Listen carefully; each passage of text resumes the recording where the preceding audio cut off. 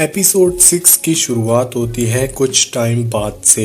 Company में recession का effect आया होता है। रजत डिसाइड करता है जो लोग कंपनी पर बोझ हैं उन्हें फायर कर दिया जाएगा। सब लोग टेंशन में होते हैं। प्लान बनता है फर्स्ट क्लाइंट मीटिंग परफेक्ट होनी चाहिए वरना सबको जॉब्स निकाल दिया जाएगा, यानी कि अब सबकी जॉब्स खतरे में है। रजत आता है ऑफिस में, सब उसे इम्प्रेस करने लग जाते हैं। तब एक लड़की फिजा कहती है मैं फर्स्ट क्लाइंट मीटिंग हैंडल करना चाहती हूँ।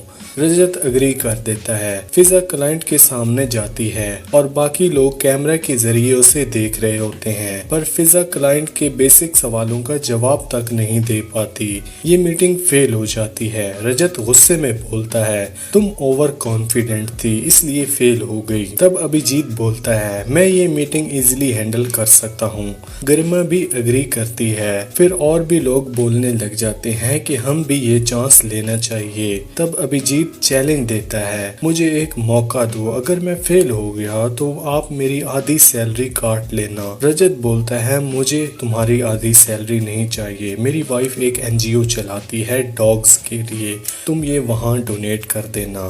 अभिजीत अग्री करता है।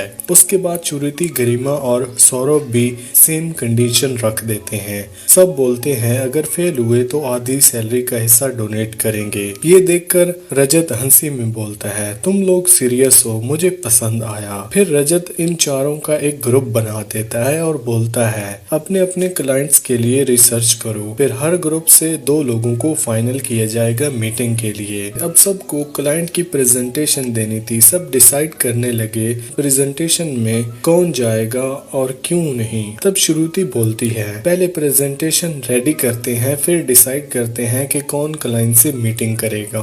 रात में सब लोग काम में बिजी होते हैं। तभी उनकी सैलरी आती है। अभिजीत और श्रुति सैलरी देख के इमोशनल हो जाते हैं क्योंकि ये उनकी पहली सैलरी होती है। फिर सोचते हैं काम के स्ट्रेस को छोड़ो, चलो पार्टी करते हैं, कुछ मजे हो जाए। तब वो सभी सीधा एक क्लब जाते हैं और वहाँ फुल एंजॉय करते हैं। श्रुति ने पहली बार ड्रिंक किया था, उसे भी काफी मजा आ रहा था। पार्टी के दौरान ये लोग एक रेंटेड कार में घर लौटने जाते हैं, लेकिन अभिजीत नशे में गाड़ी तेज चलाता है और कार क्रैश हो जाती है और पुलिस भी वहीं पर आ जाती है। और इसी के साथ ये एपिसोड 6 यहीं पर खत्म होता है। एपिसोड 7 की शुरुआत होती है पुलिस स्टेशन में। पुलिस वाले इन चारों पर ड्रिंक एंड ड्राइव केस डालने की बात कर रहे होते हैं। अभिजीत को कुछ समझ नहीं आता तो वो डायरेक्ट रजत को बुला लेता है। रजत पहले से अभिजीत से इम्प्रेस था तो वो सबको बचा लेता है। अगली सुबह फिर सब अपने अपने काम में लग जाते हैं। प्रेजेंटेशन की फुल तैयारी चल रही होती है। दूसरी तरफ गरिमा को अभिजीत पसंद आने लगा था, लेकिन अभी उसने कुछ भी बोला नहीं था।